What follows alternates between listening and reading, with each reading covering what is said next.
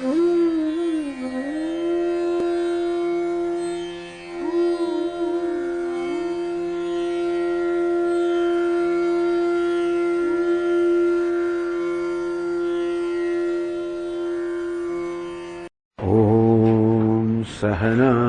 भवतु सहनौ भुनक्तु सह वीर्यं करवावहै तेजस्विनावधीतमस्तु मा विद्विषावहै।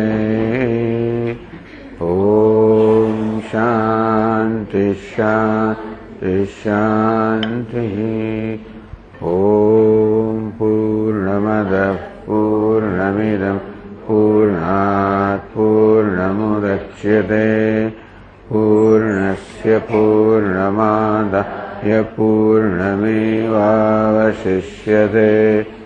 ॐ शान्ति शान्ति शान्तिः। श्रुतिस्मृतिपुराणानाम् आलयं करुणालयं भगवत्पादं शङ्करं लोकशङ्करं शङ्करं शङ्कराचार्यं केशवं बादरायणं सूत्रभाष्यकृतौ वन्दे भगवन्तौ पुनः पुनः। ईश्वरो गुरुरात्मेति मूर्तिभेदविभागिने व्योमवद्व्याप्तदेहाय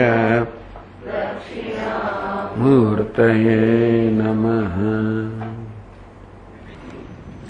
ॐ जनको ह वै देहः बहुदक्षिणेन यज्ञेन इजे तत्र कुरु पाञ्चालानां ब्राह्मणाः अभिसमेता बभूवुः। तस्य जनकस्य वैदेहस्य विजिज्ञासा बभूव। कस्वित् एषां ब्राह्मणानाम् अनुचानतम इति सः गवां सहस्रम् अवरुरोध दश दश पादाः एकैकस्याः शृङ्गयोः आबद्धा बभूवुः। जनको ह वैदेहः बहुदक्षिणेन इजे। વિદેહ દેશના રાજા જનકે પુષ્કળ દક્ષિણા જેમ આપવાની હોય એવા યજ્ઞનું યજન કર્યું. તત્ર કુરુ પાંચાલાનામ બ્રાહ્મણા અભિસમેતા બભૂવુઃ. એ સભામાં કુરુ અને પાંચાલ દેશના બ્રાહ્મણો જે છે એ બધા એકત્રિત થયા હતા. તસ્ય જનકસ્ય વૈદેહસ્ય વિજિજ્ઞાસા બભૂવ. એ જનક વૈદેહને મનમાં આ પ્રકારે જિજ્ઞાસા જન્મી, કુતૂહલ જન્મ્યો. કસ્વિદેશામ બ્રાહ્મણાનામ અનુચાનતમઃ ઇતિ, કે આ બધા એકત્રિત થયેલા બ્રાહ્મણોમાં સૌથી વિદ્વાન બ્રાહ્મણ કોણ હશે? સહ ગામ સહસ્રમ અવરોધ. એને 1000 ગાયો ગોશાળામાં બાંધી રાખી, જુદી કરી. દશ દશ પાદા એકૈકસ્યા શૃંગયો આબદ્ધા બભૂવુઃ. અને દરેક ગાયના શિંગડા પર 10-10 તોલા સોનું. એવી 1000 ગાય. હવે આટલું અહીંયા કહે છે, એમાં યાજ્ઞવલ્ક્ય વિશે આપણને ઘણી બધી ભૂમિકા આપવામાં આવી. યાજ્ઞવલ્ક્યની કીર્તિ વિશે ભૂમિકા આપવામાં આવી. એના વિશે જે બધા બ્રાહ્મણ વિદ્વાનો હતા, જેમને ઈર્ષ્યા હતી, એમની વાત કરવામાં આવી. અને કોઈ રીતે જનક રાજા યાજ્ઞવલ્ક્ય ન મળે એવો પૂરો પ્રયત્ન કરતા હતા.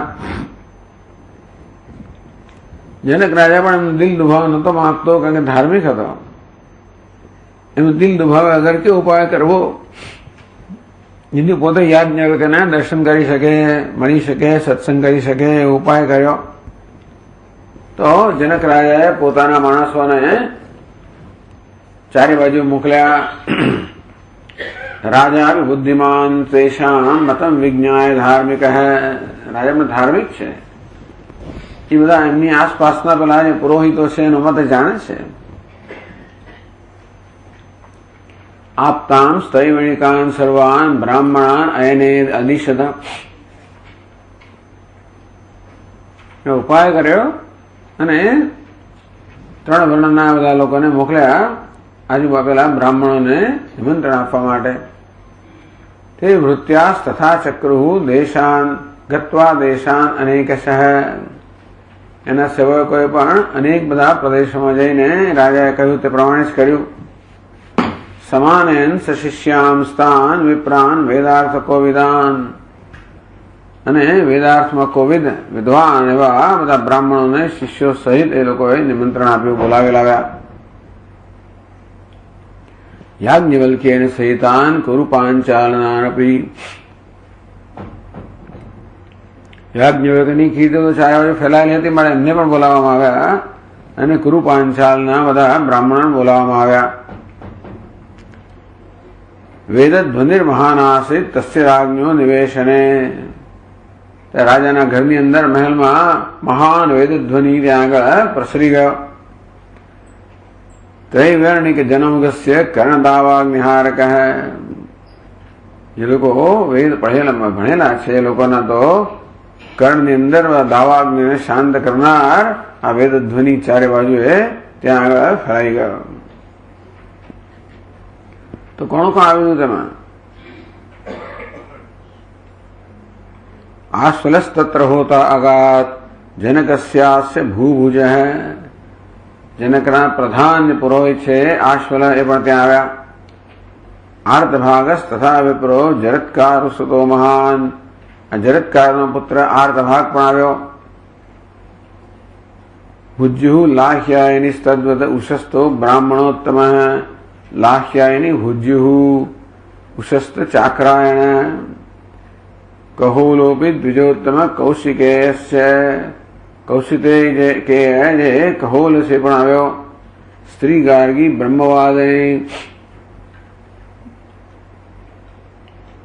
બ્રહ્મવાદની સ્ત્રી ગાર્ગી પણ આવી. ઉદ્દાલકશ્ચ આરોણ્યો ગાર્ગ્યુક્તેર મધ્યતો વદત. ઉદ્દાલક આરોણી ગાર્ગ્યના 2 પ્રશ્નોની વચ્ચે જે બોલેલો. શાકલ્યસ્ય વિદગ્ધાખ્ય ભાવદુકોતિમાન ભાગ. ખૂબ બધું બોલનાર, બડબડાટ કરનાર આ વિદગ્ધ શાકલ્ય જે છે યાજ્ઞવલ્ક્યાયો દ્વેષ્ટિ સર્વદા પાપ મોહિત. સર્વદા પાપથી મોહિત હોવાને કારણે હંમેશા યાજ્ઞવલ્ક્યનો દ્વેષ કરનાર, આ વિવાદ કરનાર જે શાકલ્ય છે વિદગ્ધ એ પણ આવ્યો. યાજ્ઞવલ્ક્યસ્ય મતિમાન. ચતુર્વેદ વિશારદૈ બહુવૈ શિષ્યૈ સંવૃત. અત્યંત બુદ્ધિમાન વિદ્વાન યાજ્ઞવલ્ક્ય પણ પોતાના 4 વેદો જાણનારા શિષ્યોથી ઘેરાયેલા. ભાસ્કરો ભગણૈવ. સૂર્ય જેવી રીતે પોતાના કિરણથી ઘેરાયેલો શોભાયમાન તે રીતે પોતાના 4 વેદના વિદ્વાન શિષ્યોથી ઘેરાયેલા યાજ્ઞવલ્ક્ય પણ એ પ્રકાર શોભાયમાન છે.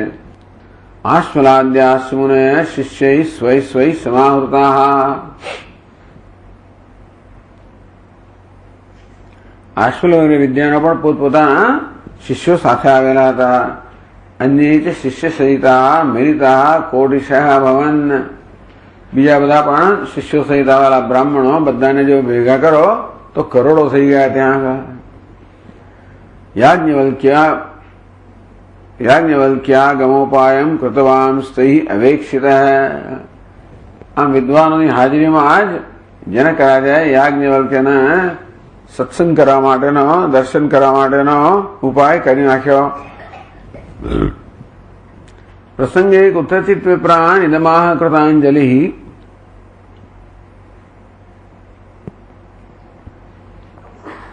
कोई प्रसंगे आ बधा ब्राह्मणों ने जनक राजाए हाथ जोड़ीने आ प्रकारे विनंती करी।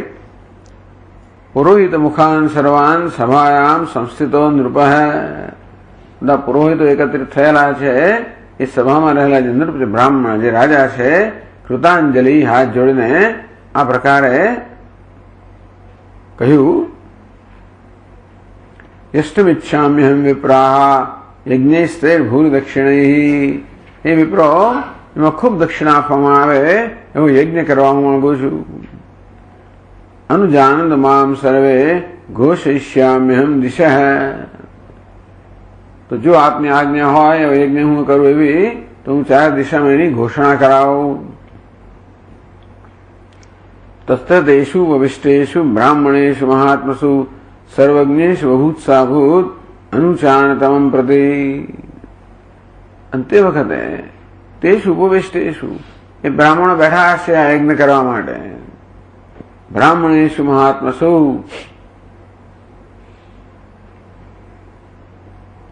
सर्वज्ञेषु आ सर्वज्ञ महान ब्राह्मणों जયારે આ પ્રકારે યજ્ઞ કરવા માટે ક્યારેક એકત્રિત થયા હશે બેઠા હશે। ભૂત્સાભૂત અનુચાનતમં પ્રતિ આમાં સૌથી અનુચાન એટલે કે શ્રેષ્ઠ પ્રવચન આપનાર એટલે કે વેદ અને વેદાંગમાં પારંગત સૌથી વધારે કોણ છે। માત્ર વેદ પઠન નહીં પણ વેદના બધા જ જે ઉપાસનાઓ છે ઉપાસનાઓ જેમણે કરી હોય અને જેને એ પ્રકારે સાક્ષાત્કાર કર્યો હોય એ સૌથી વધારે બ્રહ્મનો જાણનાર કહેવાય। એટલે માત્ર જે વેદનું પઠન કરે છે એટલું જ નહીં, જે વેદમાં કહેલા કર્મ કરે છે એટલું જ નહીં, પણ ઉપાસના કરીને જેને સિદ્ધિઓ પ્રાપ્ત કરી હોય એવો સર્વશ્રેષ્ઠ બ્રાહ્મણ કોણ છે।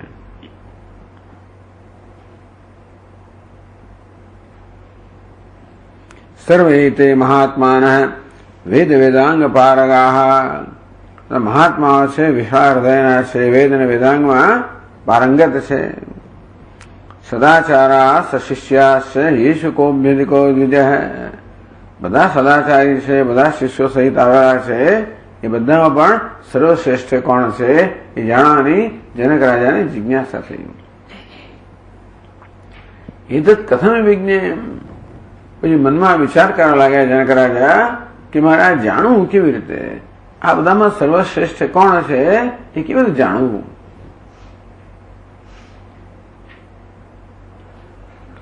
આધિક્યમ બ્રાહ્મણોત્તમે બધા બ્રાહ્મણો ઉત્તમ જે છે એમાં સૌથી અધિક કોણ છે।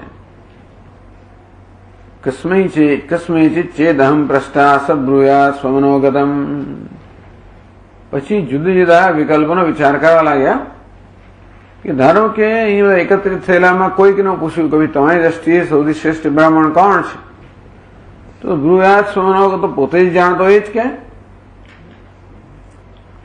એટલે કયો ઉપાય કરું તો જેથી મને આ બધામાં શ્રેષ્ઠ બ્રાહ્મણ કોણ છે હું જાણી શકું।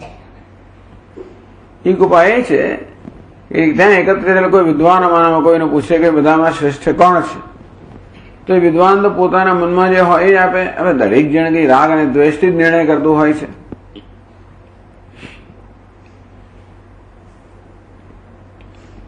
યસ્ય યત્ર ભવે દ્વેષ સતમ નિંદેત સર્વદા જેને જેનો દેશ હોય દ્વેષ હોય તો સર્વથા નિંદા જ કરવાનો છે। અભિદેવમ ગુરુમ ચૈવ બ્રહ્માણમ વા સ્વયંભુવમ દેવતા હોય ગુરુ હોય એટલે સ્વયંભૂ બ્રહ્મા હોય તો પણ દ્વેષ હોય તો નિંદા કર્યા વગર છોડે નહીં। યસ્ય યત્ર ભવે સ્નેહ તમ સ્તુતિત સર્વથા જ્યાં પોતાનો સ્નેહ છે એને સર્વદા એની સ્તુતિ જ કરવાનો પ્રશંસા કરવાનો છે। તો કોઈને પૂછવું તો જે કોઈ હોય રાગ દ્વેષ વાળી વ્યક્તિ જ હોય। રાગ હોય એટલે જેની પ્રત્યે રાગ હોય એની સ્તુતિ કરે એની પ્રશંસા કરે, દ્વેષ હોય તો એની નિંદા કરે। એની પાસેથી પણ આપણને નિષ્પક્ષ અભિપ્રાય ન મળે। એ નિષ્પક્ષ અભિપ્રાય આપનાર બહુ બહુ દુર્લભ છે। એ કહે છે અહીંયા ઉદાસીનો ન જાનાતી એવું કયું હોય જેનો રાગ દ્વેષ ન હોય ઉદાસીન હોય એને કઈ ખબર જ ના હોય।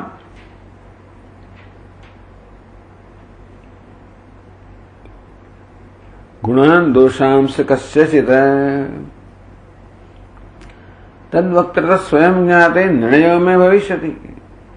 આવું કઈ હોય કે ભાઈ જે ઉદાસીન હોય ને કોઈના ગુણ દોષ ન જાણતો હોય એવા પાસે એમનો અભિપ્રાય મને પ્રાપ્ત થાય તો જરૂર મને જ્ઞાન થાય કે આમાં સર્વશ્રેષ્ઠ કોણ છે.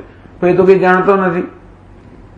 તો પૃચ્છામિ ચેદમુન વિપ્રાન પ્રત્યેકહમેવહી. તો મારે એમને કહેવું પડે કે ભાઈ આવો છે આવો છે આવો છે પછી પોતાનો અભિપ્રાય આપે. અભિપ્રાય તો મેં કયા ઉપર છે ને પાછું. તદ્વક્તૃત સ્વયં જ્ઞાતે નિર્ણયો મેં ભવિષ્યતિ.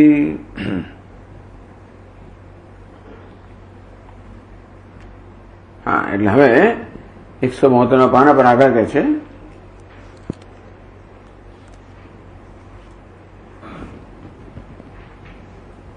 છપ્પનમાં શ્લોકથી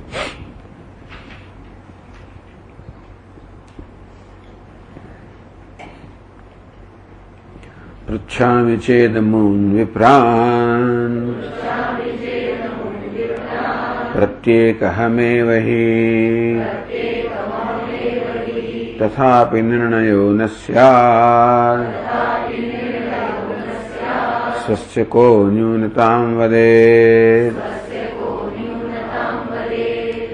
પૃચ્છામિ ચેદ અમૂન વિપ્રાન. આ વિપ્રોને પૂછ્યું કે ભાઈ તમારામાં શ્રેષ્ઠ કોણ છે. દરેકને પૂછ્યું. પ્રત્યેકમ અહમેવ હિ. પ્રત્યેક વિદ્વાનને હું પૂછ્યું કે શ્રેષ્ઠ કોણ છે. તથાપિ નિર્ણયો ન સ્યાત્. તો હું નિર્ણય બનાવી શકું સ્વસ્ય કો ન્યૂનતાં વદેત. કોણ પોતાની ન્યૂનતા, પોતાનું અલ્પપણું, પોતાની જે ત્રુટિ હોય એ કોણ કહેવાનું છે. પોતાની મર્યાદા તો કોઈ કહેવાનું નથી. અને માટે હું દરેકને પૂછું તો પણ નિર્ણય બનાવી શકું કે આ બધામાં શ્રેષ્ઠ કોણ છે.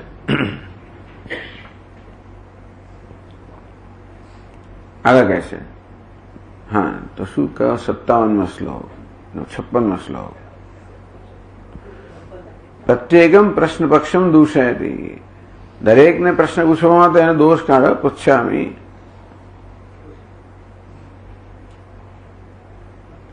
સ્પષ્ટમ છે નનુ દુર્ગાહ્યમર્થમ તાવત પૃચ્છ.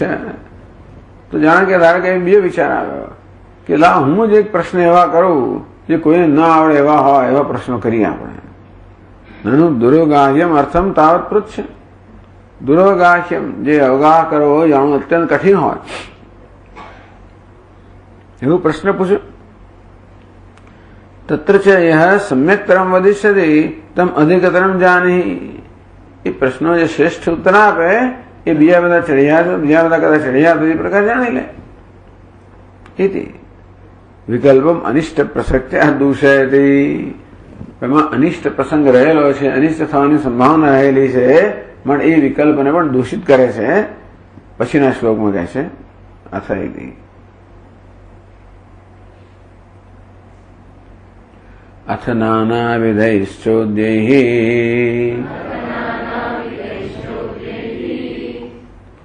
અમૂન જ્ઞાસ્યામહં યદિ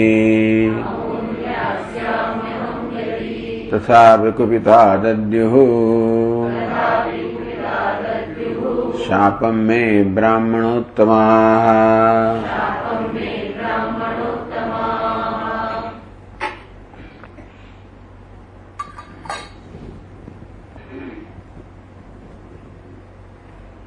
અથ નાનાવિધૈઃ ચોદ્યૈઃ અમૂન જ્ઞાસ્યામ્યહં યદિ. હું આ લોકોને વિવિધ પ્રકારના પ્રશ્નો પૂછું. ચોદ્યૈઃ પ્રશ્નૈઃ જ્ઞાસ્યામિ નિર્ણયિષ્યામિ. ધારો કે વિવિધ પ્રકારના પ્રશ્નો પૂછીને એમનામાં સૌથી વધારે વિદ્વાન કોણ છે એનો નિર્ણય હું કરવા માંગુ. તો શું થાય ખબર છે? તથાપિ કુપિતા દદ્યુઃ શાપમ મે બ્રાહ્મણોત્તમા. તો મને શાપ આપી દેલા તું અમને પૂછનારો કોણ છે? પૂછનાર હોય વધારે વિદ્વાન હોવો જોઈએ ને. તો રાજા તારામાં આવો ઘમંડ છે, અમારા કરતા વધારે વિદ્વાન છે, એ પ્રકારે તું આવો ઘમંડ ધરાવે છે, વહેમ ધરાવે છે, શાપ આપી દે. એટલે એ પણ જરા જોખમ વાળો છે. એ કે બધા એક એક વિચાર કરે છે વિકલ્પનો, જો દરેકમાં કઈ ને કઈ અનર્થ, કઈ ને કઈ ગેરલાભ રહેલો છે. આ તો બહુ મહાન અનર્થ વાળું છે, શાપ આપી દે કંઈક બ્રાહ્મણો. એટલે શું કરે? ફલિતમાં એક પણ પ્રકારનો વિકલ્પ કોઈકને પૂછવું, એમને સામેથી પૂછવું, એમને પ્રશ્નો પૂછવા, અમને એક વિકલ્પ બરોબર ન લાગ્યો. છેવટે શું વિચાર કર્યો એમણે? વિવાદમ તદ એવૈષામ કારયિત્વાત્ર સંસદે કરોમિ નિશ્ચયમ તેષામ આધિક્યસ્ય વિલોકયન. જેમ કૃષ્ણ ભગવાન વિચાર કરો ને કે આ યાદવોને કેવી રીતે પતાવવા, કારણ કે યાદવો તો દેવતાઓથી પણ હારે એવા નથી. એમનો કોઈ સામનો કરે છે, એવા ઘમંડી થઈ ગયા છે કે એમને તો એમનો કોઈ શિસ્ત રહ્યું નથી. એમને શું કરવું? તો કે અંદર અંદર જ. જેવી રીતે કોઈ વાંસનું વન હોય, એમાં વચ્ચે સંઘર્ષ થાય તો કેવા એકબીજાને કારણે પડી જાય, તેવી રીતે આ લોકો અંદર અંદર સંઘર્ષ થાય તો વાંસના વનની જેમ એ લોકો પડી જાય. એ ઉપાય એમને કરવો પડે. પછી તો જનક રાજાએ પણ વિવાદમ તત એવૈષામ કારયિત્વા સંસદી, આ સભામાં અંદર અંદર વિવાદ કરાવી આપણે બસ.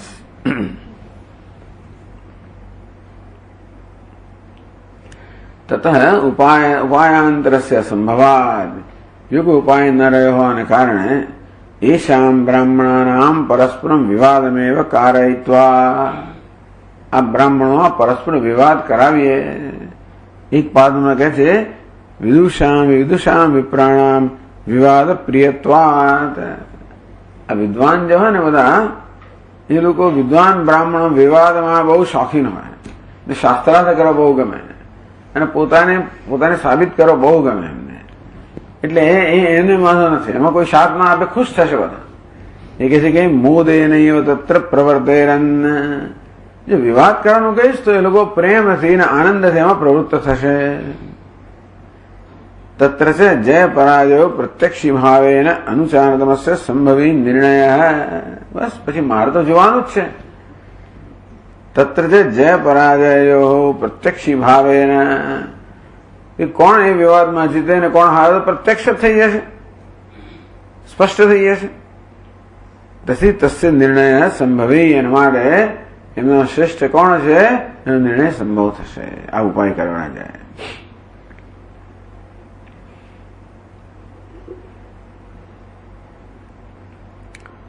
તેષ આદિકસ્ય નિર્ણયમ કરોમિ વિલોકેન પ્રત્યક્ષ ગોચરી કુર્વન સન્નિધિ કરોમિ નિશ્ચયમ તેષામ આધિક્યસ્ય વિલોકેન. હું પોતે જ જોઈને હું નિર્ણય કરીશ, પ્રત્યક્ષ થઈ જશે. નિર્ણય કરવા માટે કે મોટી બુદ્ધિ નહીં વાપરવી પડે, એમનો વિવાદથી પ્રત્યક્ષ થઈ જાય કોણ શ્રેષ્ઠ છે, અને તેથી એ વિશે નિર્ણય હું સરળતાથી કરી શકીશ. પણ વિવાદ કરાવો કેવી રીતે? એટલે કે છે અથવા વિવાદોપાયમ રાજા આલો છે. હવે વિવાદ એમની વચ્ચે કેમ થાય એનો ઉપાય રાજા વિચાર કરવા લાગ્યા. સાક્ષાત વિરોધધ્વમિની પ્રેરણા તો બલવત અનિષ્ટ હેતુત્વાદ. સાક્ષાત તમે કહો કે ભાઈ ચલો વિવાદ કરો, બલવત અનિષ્ટ હેતુત્વાદ, તો અત્યંત બળવાન અનર્થ કરનારું છે. એથી ન કાર્ય, તેથી સાક્ષાત તો કહી ના શકાય. કેમ ન કાર્ય? કહે છે કુરુદ્વમ બ્રાહ્મણ અદ્ય વિવાદ વિરિચેદમૂન વદામિ કુપિતાઃ કુર્યુઃ ભસ્મતાં મમ દુર્ધ્યઃ.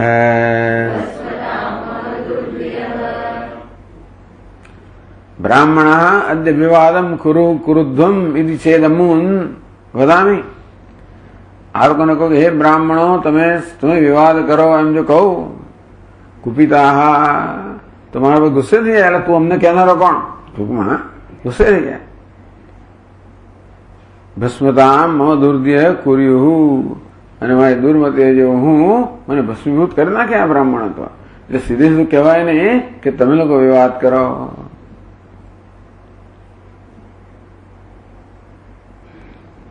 તરી કિમ કર્તવ્યમ, તો શું કરવાનું? અતઃ તરી કહે છે પછીના શ્લોકમાં, તદ એતે મયા નુક્તે સ્વયમેવ યથા દ્વિજા વિવદેરંસ્તથા કુર્વે ઉપાયં બ્રાહ્મણાન પ્રતિ.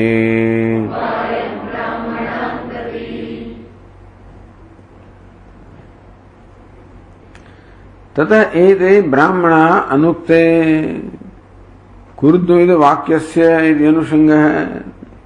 એટલે આ લોકોને હું કહું કે મયા અનુક્તે, તમે લોકો વિવાદ કરો એવું કયા વગર જ સ્વયં વ્યથા દ્વિજા વિવદેરન્ન, સ્વયં અંદરથી સ્વયં પોતાની પ્રેરણાથી, હું પ્રેરણા ના આપું તમે વિવાદ કરો, તો એમાં પછી જોખમ રહેલું છે. પણ એમને જ પ્રેરણા જન્મ વિવાદ કરવાની, તો પછી આપણે કઈ પ્રશ્ન નથી રહેતો. સ્વયં વિવાદ પોતાની પ્રેરણાથી એ લોકો અંદર વિવાદ કરે. તથા કરો ઉપાયમ બ્રાહ્મણાન પ્રતિ, બ્રાહ્મણો પ્રત્યે એ પ્રકારનો ઉપાય કરવો જોઈએ કે મારે ના કહેવું પડે તમે વિવાદ કરો. અંદર એ લોકો પોતાની પ્રેરણાથી વિવાદ કરે. ધનમ વિવાદ કરમ, આ ધન છે એ વિવાદ કરાવનારું છે, એમાં શંકા જ નથી. સચ ઉપાય પણત્વેન અપર્યંતમ ધન નિધાનમ એવ સિદ્ધાંત. એ કયો ઉપાય છે? પણત્વેન અપર્યંતમ ધન નિધાનમ એવ, કે જો એ લોકો પ્રણ લે, પ્રતિજ્ઞા લે, અપર્યંતમ ધનમ, ધન નિધાનમ, ધનનો ખજાનો લોકોને અપરિમિત ધનનો ખજાનો આપવામાં આવે તો ટૂંકમાં આ સિદ્ધાંત પણ આવે કે એમને અંદર વિવાદ કરવા માટે એમને ખૂબ બધું ધન ઓફર કરવામાં આવે, ધન એમને આપવામાં આવે, ધન એની સમક્ષ રાખવામાં આવે, અને એ અંદર વિવાદ માટેનો શ્રેષ્ઠ ઉપાય છે. પુત્રાદપી ધન ભાજામ ભીતિ સર્વત્રૈષા વિહિતા રીતિ. પુત્રથી પણ પિતાને, ધનવાન પિતાને પુત્રથી પણ ડર લાગે, ક્યાંક મારું લઈએ. આ ધન છે વિવાદ કરવામાં શંકા જ નથી, શ્રેષ્ઠ ઉપાય એમણે કર્યો. તો આ તો બધું ગ્રંથકાર કેવી રીતે, હમણાં તો ખાલી આટલું જ કહ્યું કે જનક રાજાની સભામાં કુરુ પાંચાલના બ્રાહ્મણો ભેગા થયા. જનક રાજાને જિજ્ઞાસા થઈ કે એમાં શ્રેષ્ઠ કે બ્રહ્મિષ્ઠ કોણ છે. એટલે 1000 ગાય એમણે રોકાવી રાખી અને એમને આવી રીતે 10-10 તોલા સોનું દરેક ગાયને શિંગારમાં ભરાવ્યું. આટલું જ કહ્યું છે. એટલે એમણે ગાયના શિંગારની આવી રીતે કદાચ પેલી એ કરી હશે, ટોપી એવું કંઈ કર્યું હશે, 10-10 તોલા, અથવા તો પછી એ પ્રકારની ઘંટડીઓ મૂકી હશે. હા, જેથી આમ ગાયો જાય એટલે તરત ખબર પડે.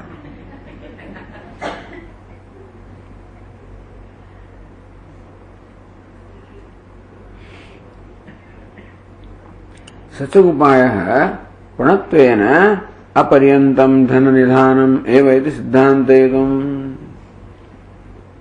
અને માટે પુષ્કળ ધન એમને આપવામાં, ધન એમની સમક્ષ રાખવામાં આવે અને પ્રતિજ્ઞા સાથે ઇતિ સિદ્ધાંતેતુમ તત્વપત્તે ધનસ્ય વ્યાદોપયોગી શુભ હેતુ નામ આહ. આ ધન છે ને વિવાદનો ઉપયોગ કેવી થાય? ક્ષોભ જન્માવીને. આ ધન માણસો કામ, ક્રોધ, લોભ, મોહ જન્માવે, એ દ્વારા ક્ષોભ જન્માવે અને એ દ્વારા વિવાદનું કારણ બને.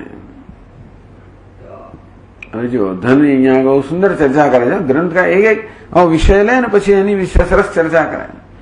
એટલે આ દ્વારા કેટલું આપણને બોધ આપી દેશે.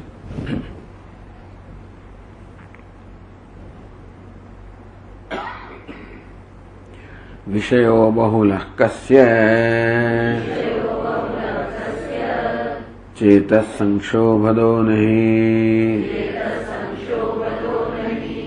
અપિ બ્રહ્મવિદામ ચિત્તમ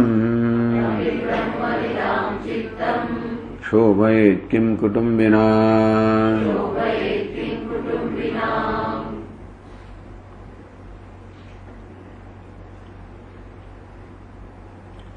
बहुलः विषयः कस्य चेतः संक्षोभतो नहीं। कैसे बहुलः विषय है, विषय भोग साधनम धनम। विषय शब्द थी विषय न भोग साधन धन छे ये આપણે લેવાનું। વિદ્યાવત સહ કસ્ય ન ક્ષોભક। આ ધન છે ખાસ કરીને પુષ્કળ ધન કોના મનમાં ક્ષોભના જન્મ આવે। ये तो ब्रह्मविदाम कैसे ब्रह्मविदाम चित्तम क्षोभयेत् किम कुटुम्बिनाम। ब्रह्मविदाम ब्रह्म संस्थ पदेन छांदोग्यश्रुतौ प्रसिद्धानाम ब्रह्म संस्थ अमृतत्वमेति क्या मानो। तो जो ब्रह्म में स्थित से ब्रह्मनिष्ठ से तो अमृतत्व ने प्राप्त कर एवं ब्रह्म ज्ञानियों ब्रह्म संस्थ पदेन छांदोग्यश्रुतौ प्रसिद्धानाम। छांदोग्य श्रुति में बधाई अंदर ब्रह्म संस्थ ये पद्धति प्रसिद्ध છે એવા બ્રહ્મનિષ્ઠ બ્રાહ્મણો પણ।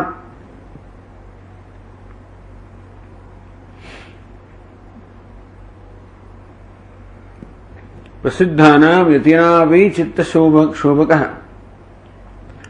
એવા બ્રહ્મનિષ્ઠ યતિ તરીકે પ્રસિદ્ધ હોય એમના ચિત્તને પણ ક્ષોભ કરનારું છે, એના ચિત્તની અંદર પણ વ્યાકુળતા જન્માવનારું છે આ ધન।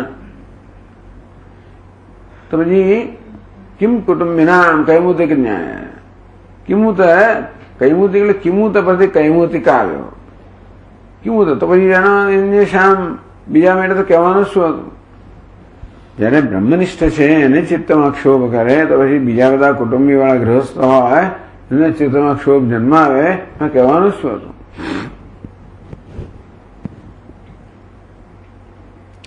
तत्र द्रव्यस्य क्षोभ हेतुत्वे द्वारभूतं कामादिचतुष्टयं द्रव्यजन्यतया दर्शयति द्रव्येण इति। तत्र द्रव्यस्य काम हेतुतां स्फुटयन्। पहला तो कहे कि द्रव्य कामना उत्पन्न करे छे नहीं। द्रव्य से क्षोभ हेतुत्वे द्वारभूतं कामादिचतुष्टयं। मनमा क्षोभ थयो એટલે વ્યાકુળતા આવે, મને શાંત બની જવું। કામ ક્રોધ લોભ અને મોહ एक આવ્યું તો મન આપણું કેવું બની જાય, વ્યાકુળ બની જાય, અશાંત બની જાય, એને જ ક્ષોભ કહેવામાં આવ્યો।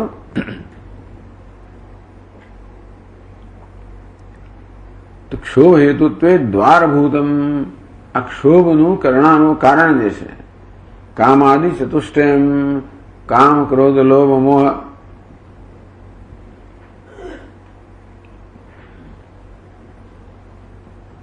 द्रव्यजन्यतया दर्शयति। द्रव्य काम क्रोध लोभ मोह चार वस्तु उत्पन्न करे द्रव्य। એમાં એકે હોય તો મનમાં ક્ષોભ થઈ જાય। કામ જન્મ તો મનમાં ક્ષોભ થઈ જાય, મન વ્યાકુળ બની જાય, ક્રોધ હોય તો વ્યાકુળ, લોભ હોય તો વ્યાકુળ, મોહ હોય તો વ્યાકુળ।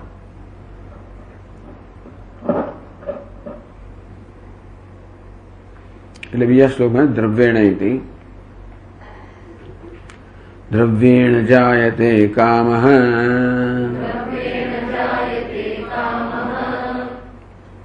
क्रोधो द्रव्येण जायते, द्रव्येण जायते लोभः, मोहो द्रव्येण जायते।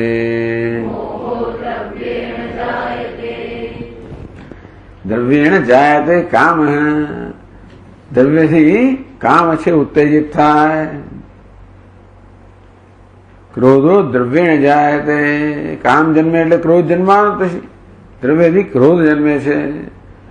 જો કામના પૂરી ન થાય તો ક્રોધ જન્મે, કામના પૂરી થાય તો દ્રવ્યેણ જાયતે લોભ। કોઈ દિવસ કોઈને ધનથી સંતોષ થઈ ના શકે। એટલા માટે આમાં ધન કહે છે ત્યારે બધું આવી જવું જોઈએ। ધનની અંદર સત્તા પ્રતિષ્ઠા કીર્તિ યશ બધું આવી જાય। આ દરેક વસ્તુ એવી જ છે, સત્તા પ્રતિષ્ઠા કીર્તિ આ દરેક વસ્તુ એ પ્રકારની છે। આપણે જોઈએ ચારે બાજુએ જ્યાં સત્તા છે ત્યાં બધી જગ્યાએ તમે જો જ્યાં કીર્તિ હોય પ્રતિષ્ઠા હોય ત્યાં કામ ક્રોધ લોભ મોહ હોય ને। બિચારા સામાન્ય માણસો હોય તો જો કદાચ કોઈ વિવેકીજન હોય તો ના પણ હોય, મોટે ભાગે તો લોકો બિચારા સમજ નથી પડતી ને આ બધી વસ્તુઓ સાથે કેવી રીતે કામ લેવું। તમારી પાસે પ્રતિષ્ઠા એકદમ આવી તો શું કરવું, એકદમ ધન આવી તો શું કરવું ખબર નથી આવતી। એટલે બિચારા બેભાગા થઈ જાય છે। અને ધનના પ્રવાહમાં આવી જાય છે. દ્રવ્યેણ જાયતે લોભ,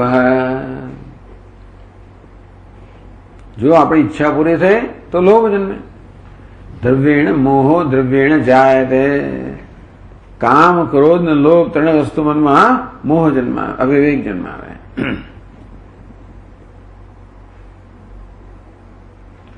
તત્ર દ્રવ્યસ્ય કામ હેતુતામ સ્ફુટયન દ્રવ્ય વ્યતિરેકે કામ વ્યતિરેકમ દર્શયતિ.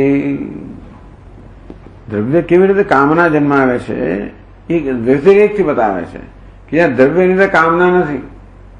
કામના હોય મનમાં ક્યારે? દ્રવ્ય હોય ત્યારે. કામના પૂરી થઈ શકે ત્યારે કામના હોય ને. કામના પૂરી થવાની સંભાવના તો કામના હોય જ કેવી રીતે? જે માણસ પાસે કોઈ છે જ નહીં એવી કામના શું કરવાનો હતો? કઈ કામના પૂરી થવાની, કામના પૂરી થવાની સંભાવના તો જ કામના જન્મે. સમજો, દરેક તમને કયા કયા પ્રકારની કામના જન્મતી હોય. પેલો આપણો નોકર હોય એને પણ એ કામના જન્મે, એના દીકરા માટે એક રમકડો લાવી આપો એવી કામના જન્મે. અને મોટા બંગલામાં કરોડપતિ હોય એને એના દીકરા માટે મોટર ગાડી લઈ આવે. ટૂંકમાં કામના કેવી જન્મે? દ્રવ્યને અનુરૂપ કામના જન્મે. પણ કામના જન્મે ક્યારે? દ્રવ્ય હોય ત્યારે. કશું હોય તો ક્યાં કામના જન્મવાની છે? એટલે કામના દ્રવ્યને જન્મ આપે છે એ બતાવે છે. એમાં ઉલટી રીતે બતાવે છે. નિષ્કિંચનસ્ય કઃ કામઃ નિત્યં ક્ષુત્પીડિતસ્ય હિ अन्नम यावत् प्रियादद्यात् अग्नितावदहं स्वयं दरिद्रति संचिन्त्य स्त्रीमुखं न विलोकयेत्. निष्किंचनस्य कः काम. निष्किंचन છે જ નહીં એને કામના ક્યાંથી જન્મે? નિત્યમ ક્ષુત પીડિત, સદાય ક્ષુધાથી પીડિત હોય એનામાં કામના ક્યાંથી જન્મે? હજી હિન્દુસ્તાનમાં લાખો કરોડો લોકો ક્ષુધાથી પીડિત. મને આશ્ચર્ય થાય છે. આટલી બધી સમૃદ્ધિ છે આ દેશની અંદર, છતાંય પણ કેટલા લોકો ભૂખે મરે પણ છે ને ભૂખે મરતા ભૂખ્યા રહે તો છે જ. કેટલા લોકો, કેટલા ગરીબ લોકો છે જેને 2 વાર જમવાનું જે મળતું નથી. એ મોટું આશ્ચર્ય મળ્યું છે.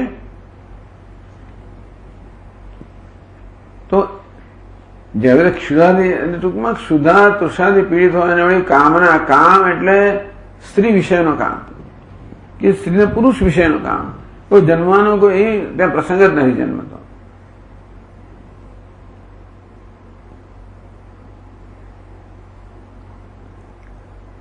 ક્ષુત પીડિતસ્ય નિષ્કિંચનસ્ય ન સ કઃ કામઃ ન કોપી ઇતિ યથા દરિદ્ર ઇતિ સંચિન્ય સ્ત્રી મુખમ ન પશ્યતિ. તેથી આ દરિદ્ર જે છે ને આ પ્રકારે ચિંતન કરીને પોતાની સ્ત્રી મુખ કામના ક્યારે મુખ જોઈએ તો સ્ત્રી મુખ પણ જોવા નથી માંગતો. કેમ નહીં જોવા માંગતો? કે આ એને પહેલા પેટ ભરવાની ચિંતા છે. માણસ ભૂખ્યો હોય તો એ સૌથી ચિંતા પહેલી એને પેટ ભરવાની હોય, એટલે એના મનમાં બીજી કશી વસ્તુ સ્થાન લઈ શકે જ નહીં.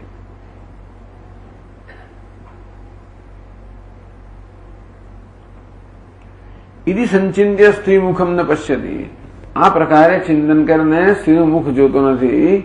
ઇતિ કેમ? કયા પ્રકારનું ચિંતન કરે છે? કે અન્નમ યાવત પ્રિયાદદ્યાત અગ્નિતાવદહમ સ્વયં યાવદ અન્નમ પ્રિયા વિવાહાદિ સંપાદિતા આદદ્યાત.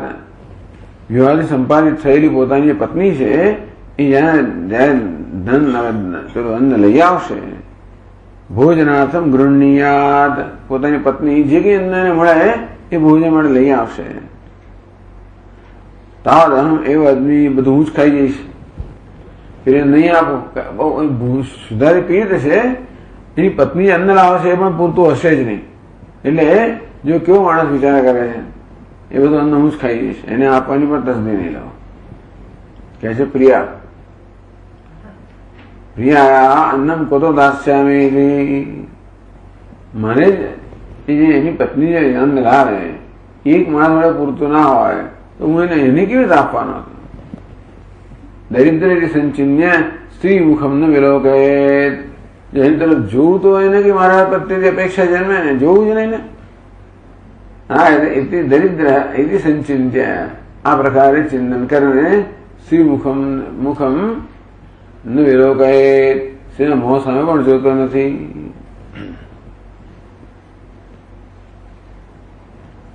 સ્ત્રીઓ પિતમ ન કામયંતે તો સ્ત્રી પણ એની પુરુષની કામના નથી કરતી. હવે ભૂખ હોય અને અત્યંત ગરીબ હોય તો સ્ત્રીમાં પુરુષની કામના સ્ત્રીમાં જન્મતી નથી.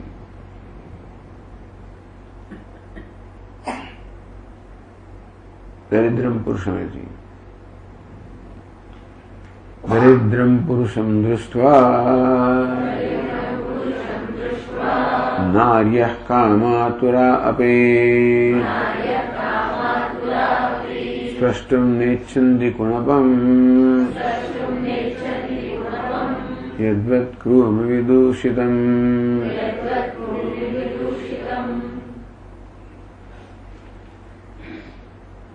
દરિદ્રમ પુરુષમ દૃષ્ટ્વા કામાતુરાપી નાર્યઃ, દરિદ્ર પુરુષને જોયું એટલે એના પ્રત્યે કામના જન્મે જ નહીં.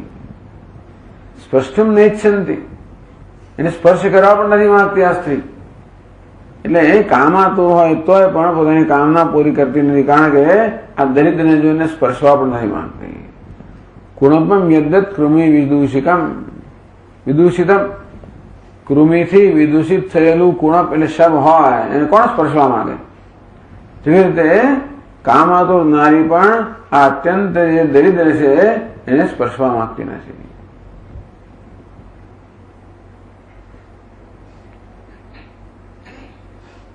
કુણપમ શવમ એટલે કૃમિથી વિદૂષિત થયેલા શબને કોણ અડકવા ઈચ્છે? તેવી રીતે આ સ્ત્રી પણ દરિદ્ર પુરુષને અડકવા ઈચ્છતી નથી.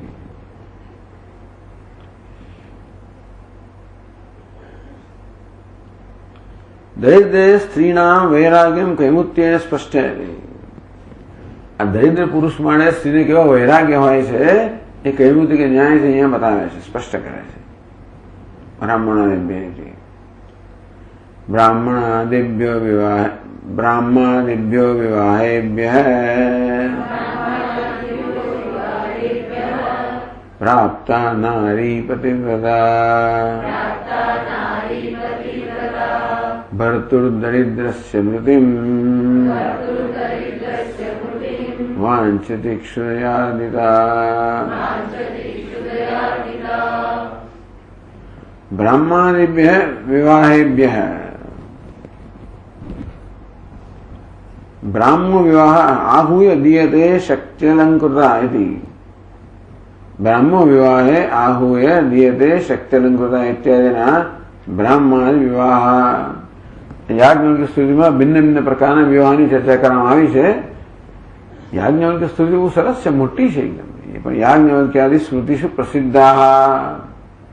એટલે મનુસ્મૃતિ પછી એનું સ્થાન છે યાજ્ઞવલ્ક્ય સ્મૃતિનું. એટલે આ લોકો જયારે સ્મૃતિની અંદર વળી પીએચડી વગેરે કરતા હોય કે માસ્ટર ત્યારે યાજ્ઞવલ્ક્ય સ્મૃતિ પણ અમને હોય છે, અંશ છે. બ્રાહ્મો વિવાહ આહૂય દીયતે શક્ત્યલંકૃતા ઇત્યાદિના યાજ્ઞવલ્ક્યાદિ સ્મૃતિષુ પ્રસિદ્ધા. એટલે વિવાહ આહૂય વિવાહે આહૂય દીયતે, વિવાહની અંદર પેલા જમાઈને એટલે એને વરને બોલાવીને કન્યા આપવામાં આવે. કેવી કન્યા? શક્તિ અલંકૃતા દીયતે, પોતાની શક્તિ પ્રમાણે અલંકૃત કરેલી કન્યા જે છે એને પિતા દાનમાં આપે છે. આ નામ બ્રાહ્મ વિવાહ, જે સામાન્ય વિવાહ છે.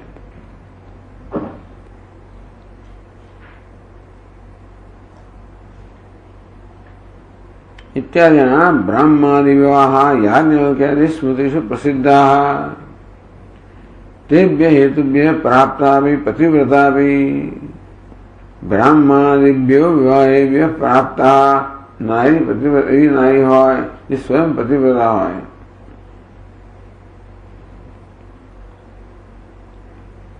ભર્તુ દરિદ્રસ્ય મૃત્યુ વાંછતિ ક્ષુધયા આદિતા. અત્યંત ઈશ્વરી પીડાતી હોય તો પોતાનો દરિદ્ર પતિ જે ખવડાવી શકતો નથી મરને તો એ છે શું કામ એવું કહી દે.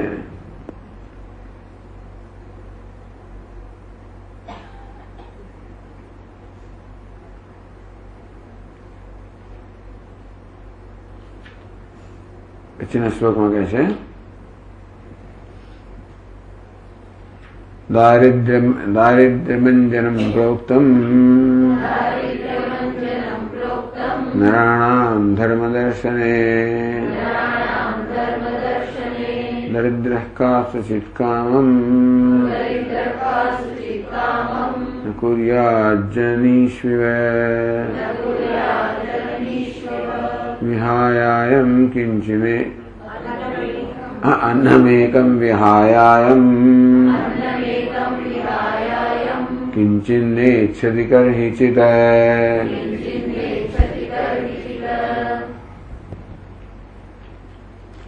दारिद्र्यम अंजनम प्रोक्तम नराणाम धर्म दर्शने.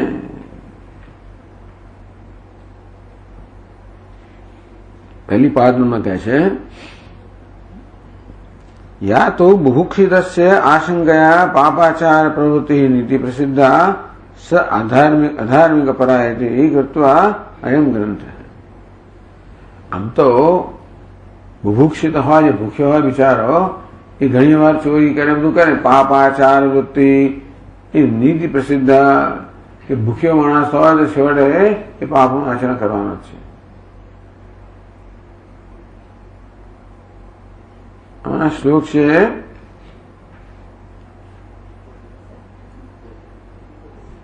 પાપાચાર નીતિ પ્રસિદ્ધ સ અધાર્મિક પરાયતિ કૃત્વા અયમ ગ્રંથ હૈ. ટૂંકમાં જે નિર્ધન મનુષ્ય પાપાચાર કરે છે તો અધાર્મિક છે એટલા માટે. ધાર્મિક મનુષ્ય તો નિર્ધન હોવા છતાં પણ પાપનું આચરણ ન કરે. એકોતેર શ્લોકમાં સ્પષ્ટ થશે. यस्तु तत्र धर्मज्ञान वर्जितस्य पाप अनाचार कथितः सः धनसाध्य पाप विषयः. तो धनार्जन वर्जितस्य धन कमातो નથી પાપ અનાચાર કથિત કે એ પાપનું આચરણ કરતો નથી સ ધન સાધ્ય પાપ વિષય એ ધનથી જે પાપ થતું એવું પાપ નથી કરતો. જે માણસ ધન વર્જિત છે ને પાપ નથી કરતો એ કેવું પાપ નથી કરતો ધન મેળવ્યા પછી પાપ થઈ શકે એવું પાપ નથી કરતા. વસ્તુ તસ્યુ ધનસ્ય મોહગતામ સાધયુતમ એમ અસવાદયતી ન અત્ર આગ્રહ. ખરેખર ધન કેવું મોહ ઉત્પન્ન કરે છે એ સિદ્ધકરણ આવું કહેવામાં આવ્યું છે બધું અર્થવાદ છે. એટલે બહુ આગ્રહ ના રાખો કે દરેક જગ્યાએ આવું જોવા મળે તમને વગેરે વગેરે કે આવું જ જોવા મળે. આ તો અર્થવાદ છે. હા બધા એની પાછળ નું પ્રયોજન છે ધનસ્ય મોહકતામ. આ ધન કેવું મોહ ઉત્પન્ન કરે છે એ જ બતાવવાનું છે આમાં. दारिद्र्यम अंजन प्रोक्तम नराणाम धर्म दर्शन. कहते टीकाकार श्रीमदान्धता निवर्तकम धर्म रूप निधानस्य दर्शकम च दारिद्र्यम.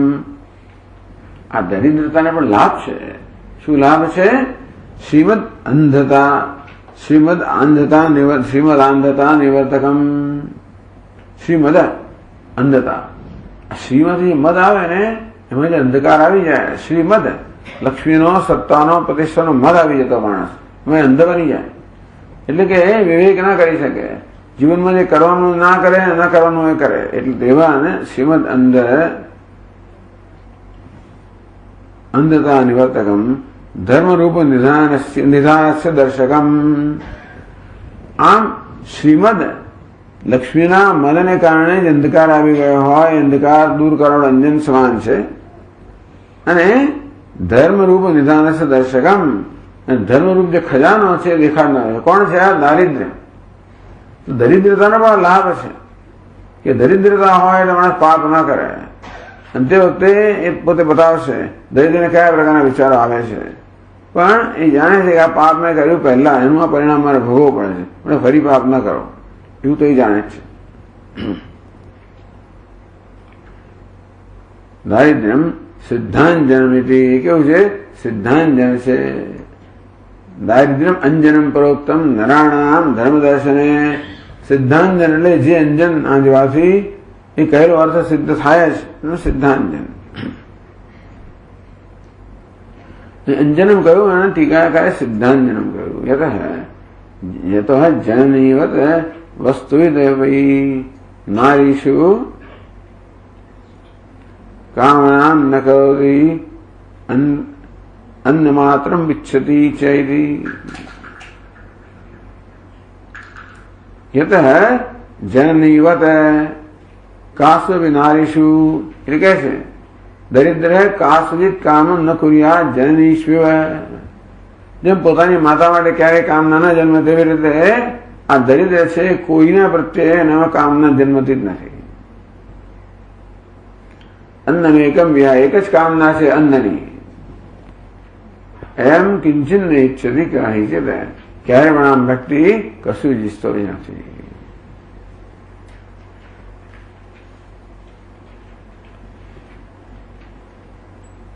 યત જનનીવત કાસુદ નારીષુ કામનામ ન કરોતિ.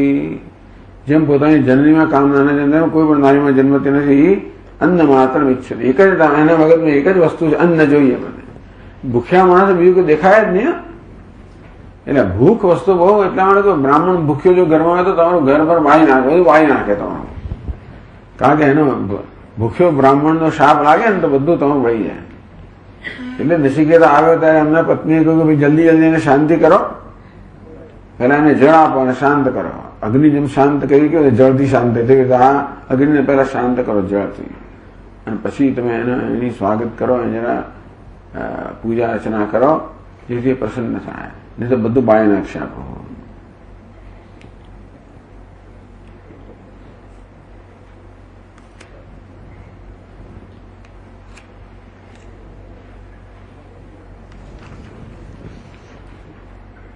આગળ રહેશે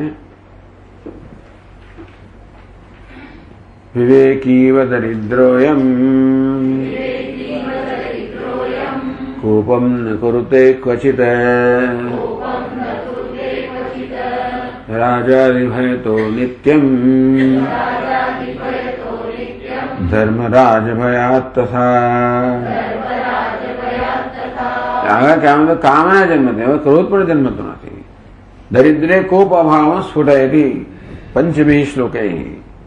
5 શ્લોકોમાં કહે છે દરિદ્રમાં આગળ કહ્યું 4 શ્લોકમાં કામના જન્મતી નથી. હવે કહે છે કે ક્રોધ પણ જન્મતો નથી. આ કામ ક્રોધ લોભ મોહ દરિદ્રમાં ના હોય. આ વ્યતિરેક બતાવે છે કે એમાં નથી.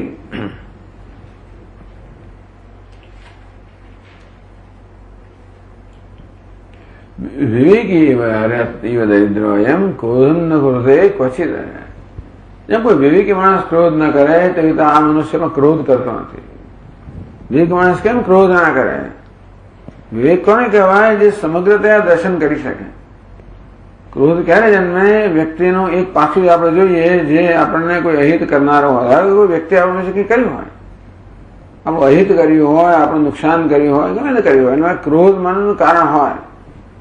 પણ એ ક્રોધ કેમ જન્મે છે? વ્યક્તિના માત્ર એક જ અંશને જોવામાં આવે કે આવો છે. સીધી આપણે છાપ લાગે આવો જ છે. આ તો એને એક જ અંશને જોઈએ ને પછી ક્રોધ જન્મે.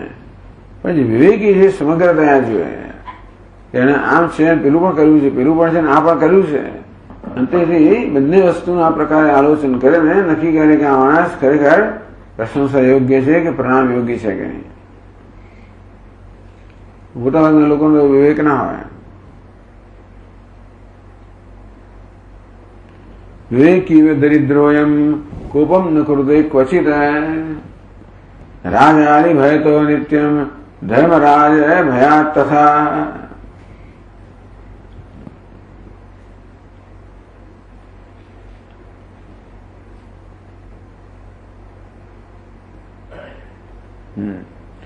રાજાદિ ભય તો નિત્ય હંમેશા રાજાનો ભય હોય. બિચારા ગરીબ પાસે તો કોઈ જાતની લાંબી મદદ પણ ના હોય કે પેલાને કેન છોડાવી દેવું તો થાય જ નહીં એનાથી. એ તો જ્યાં નહીં પકડે મને પોલીસો તો પૂરી દે છે કામ. કઈ આપણો વાંક હોય કે ના હોય પૂરી દેશે. પહેલા કોર્ટ વાળા ક્યારે નિર્ણય લાવશે ને ક્યારે પેલા 6 વર્ષે છોડે ને આટલા બધા મહિનાઓ પછી છોડે ને વર્ષ પછી છોડે. કોને પેલા કાલમાડી ને આ બધા લોકોને પણ કેટલા ઇતિહાસ જેલમાં પૂરી રાખ્યા. આપણો તો હિસાબ જ શું, આપણે તો ખબર પણ ના પડે ક્યાં જતો રહ્યો જેલની, ક્યાં આગળ ખોવાઈ ગયું ખબર ના પડે, આપણે પકડીને ક્યાં ને ક્યાં લઈ જાય. આ હિન્દુસ્તાનમાં પકડવું તો કોઈ કઈ છે જ નહીં.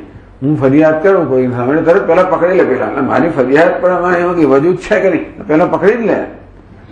લોકો કે પહેલા ફરિયાદ કરી છે કોર્ટમાં, બસ એને પહેલું પકડી લેવાનું, પછી આગળ એનું જે કરવું હોય એ કરવાનું. શોધખોળ પાછળથી કરે, પહેલા પકડી લે, ભાગી જાઓ ને તમે. કોઈને પકડાવ હોય તો કઈ જ નથી હિન્દુસ્તાનની અંદર. જેલમાં જેલ ભેગો કરવો તો બહુ સરળ છે. થોડી ફરિયાદો કરો જરો, મિનિસ્ટરો જેલ ભેગા થઈ જશે બધા. એટલે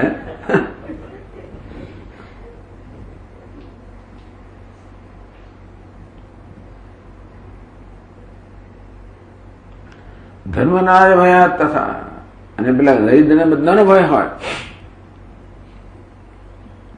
રાજા હરિભય તો નિત્યમ, રાજા વગેરેનો, પોલીસનો બધાનો ભય હોય એને બિચારાને. બધા લોકો એનો દાદાગીરી કરતા હોય. ધર્મરાજ ભયા તથા, ધર્મરાજનો ભય હોય. જો આસ્તિક માણસ હોય તો કે ભાઈ નરકમાં જવું પડશે, મારે શું શું સહન કરવું પડશે, એ વિચારીને એ પાપ ન કરે. અને પાપ જો ચોરી કરીશ તો પકડાઈશ તો મને દંડ થશે, રાજાનો ભય હોય એટલે પણ ના કરે. એટલે વિવેકી દરિદ્રો એમ કોપમ ન કરુતે, પછી તો એવા ક્રોધ જન્મે અને પછી કંઈક અનિષ્ટ થઈ જ જાય માણસથી. ક્રોધ જન્મે એટલે માણસ બોલે કે કરે, અનિષ્ટ જ થઈ જાય, ગુનો થઈ જ જાય.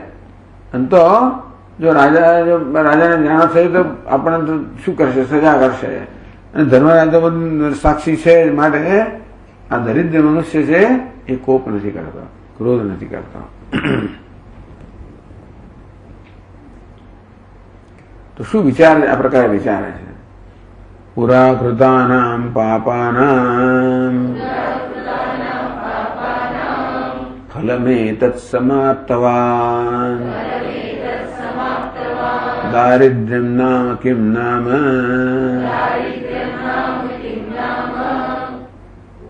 ભૂયસ્તસ્માત્ પરમ ભવેત.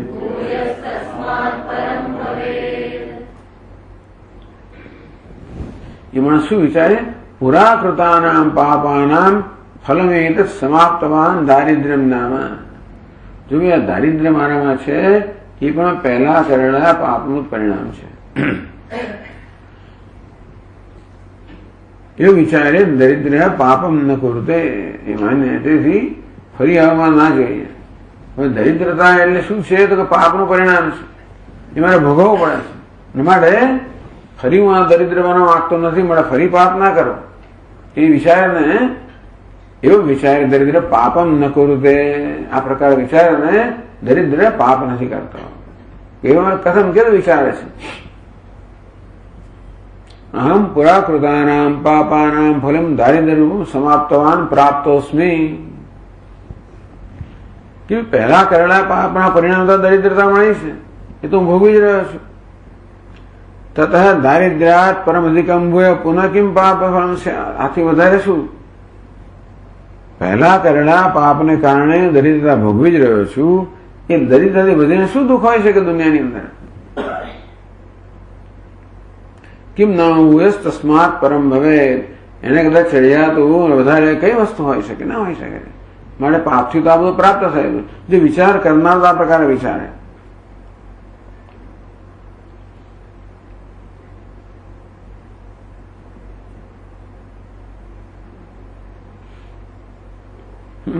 પછી કહે છે જનન્યા અપિ જાયાયાઃ પુત્રાદીનામ તથૈવ ચ દરિદ્રો લંઘનીય સ્યાત્ મહાપાપીવ સર્વદા.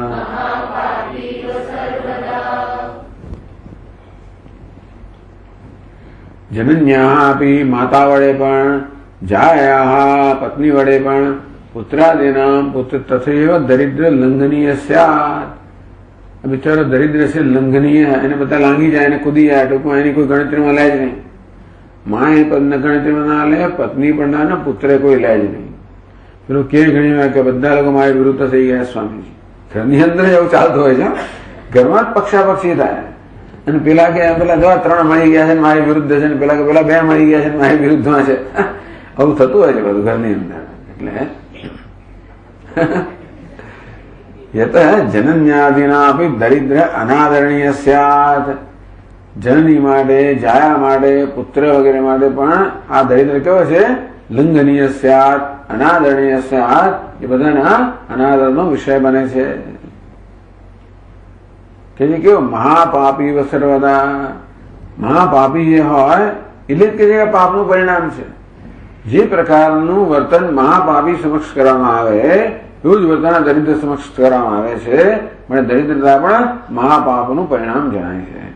મહાપાપી જાણતા હોય કોઈ બોલે નહીં, તો કોઈ નજીક કોઈ એની સાથે જોડાવા ઈચ્છે નહીં, એની સાથે સમાગમ કરે કે એની કંઈક છાંટા આપણને ઉડશે તો લોકો આપણા વિશે વાત કરશે ને આપણું છાપામાં આવી જશે વગેરે. એટલે કોઈ એનો સંગ ના કરે, એની ઉપેક્ષા કરે, અનાદર કરે. મહાપાપવિદ ઇતિ ઇતઃ પરમ ઉક્ત અવસ્થા પ્રત્યાંતરમપી ફલમ પશ્યન.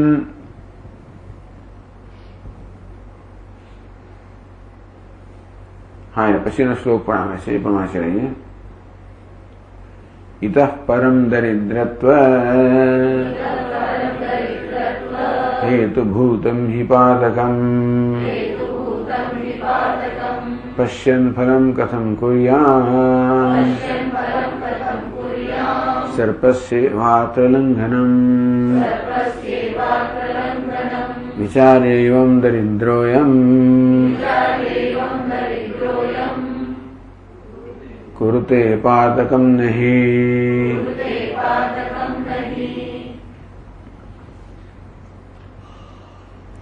ઇતઃ પરમ દરિદ્રત્વ હેતુભૂતમ પાદકમ પશ્યન ફલમ કથમ કુર્યામ.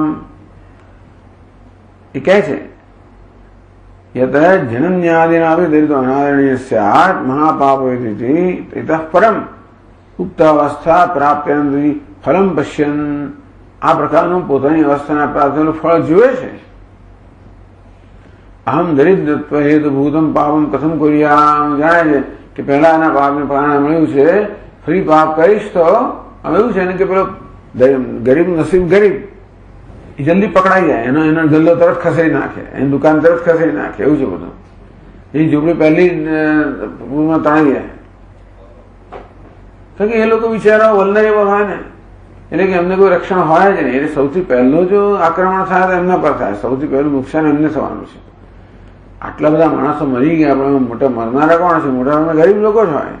એમની ઝૂંપડી તરત તૂટી પડે, એમનું ઘર તૂટી પડે ને પેલું આ થાય ને તણાઈ જાય ને આગ લાગે ને જાત જાતનું થાય. ફલમ પશ્યન અહમ દરિદ્રત્વ હેતુભૂતમ પાપમ કથમ કુર્યામ. હું જોઈ રહ્યો છું કે ભાઈ પાપનું ફળ શું છે પોતાના જીવનમાં, અને એવું જોઈને હું ફરી પછી દરિદ્રતા આપે એવું પાપ કર્મ કેમ આચરું. સર્પસ્યેવાત્ર લંઘનમ. સર્પમ મૃત્યુ હેતુભૂતમ તષ્ટા અપી કો લંઘયેત. સામે સાપ પડેલો છે, જો નજીક ગયા તો ડંખ મારશે, એટલે પોતાના મૃત્યુનો હેતુરૂપ સાપને પડેલો હોય, લીલો હોય, પાછો ઝેરી જણાતો હોય, એવું કહે છે તો કે કો લંઘયેત. એને કોણ વળી પાછું ટપીને જવાનું છે. તેવી જ રીતે આ સર્પ છે, પાપનું ફળ હું જોઈ રહ્યો છું મારી સમક્ષ. કેવું દરિદ્રતા. એ ફળ જયારે જોઈ રહ્યો ત્યારે એને ટપીને જવું, ઉલ્લંઘન કરવું એ તો મૂર્ખતાની વાત છે. આ રીતે માણસ પોતાના દુઃખમાંથી શીખે.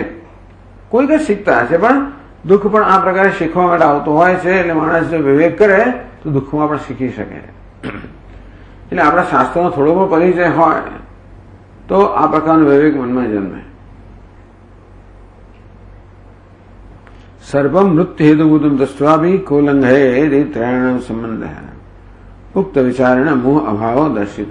આ પ્રકારે મોહનો અભાવ, અવિવેક પણ નથી હોતો, ક્રોધ નથી હોતો, કામ નથી હોતો, ક્રોધ નથી હોતો, અને લોભ તો ક્યાંથી હોય છે જ નહીં કશું, મોહ પણ નથી હોતો.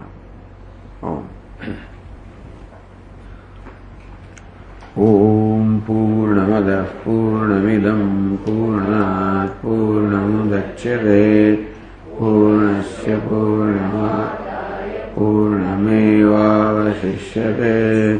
ॐ शान्ति शान्ति शान्ति। शङ्करं शङ्कराचार्यं केशवं बादरायणं सूत्रभाष्यकृतौ वन्दे भगवन्तौ